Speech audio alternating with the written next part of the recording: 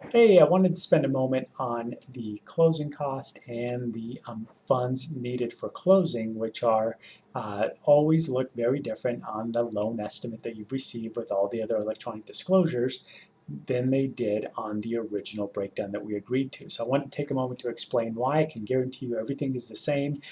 They're just very confusing forms that we're required to use called the loan estimate. And so on page 1 of the loan estimate at the bottom, you'll see a total closing cost number, which is going to look maybe $1,000, $1,500 higher than what we agreed to. So as you can imagine, that creates a lot of phone calls. And so I wanted to just kind of do a quick video to talk about it and explain why. In the state of Colorado, there is something called the owner's title policy. It's a title fee, and the title fees on your loan estimate are on page 2 in the closing cost section, and section C, I believe, bottom left. As you'll see, those fees are much higher than what I showed you on the purchase breakdown. They're in the state of Colorado, the seller pays for a portion of those title company fees called the owner's title policy.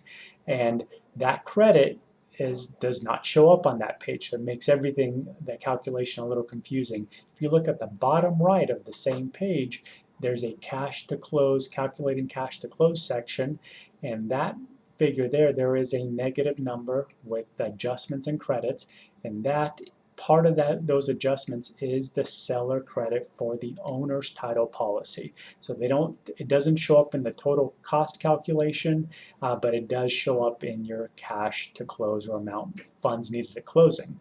So when you back that number from the total title company fees, you'll see they're right in line with what our purchase breakdown showed.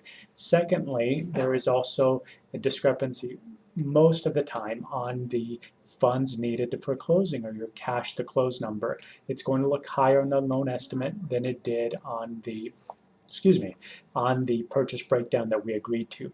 That is because there is a seller property tax credit for all the days that the seller has owned the home that will be credited to you from the seller, but it is not a figure that gets disclosed on this loan estimate. Especially near the end of the year, that could be thousands of dollars. So we always want to show that to you on the purchase breakdown, so you have a very close amount due at closing estimate right up front.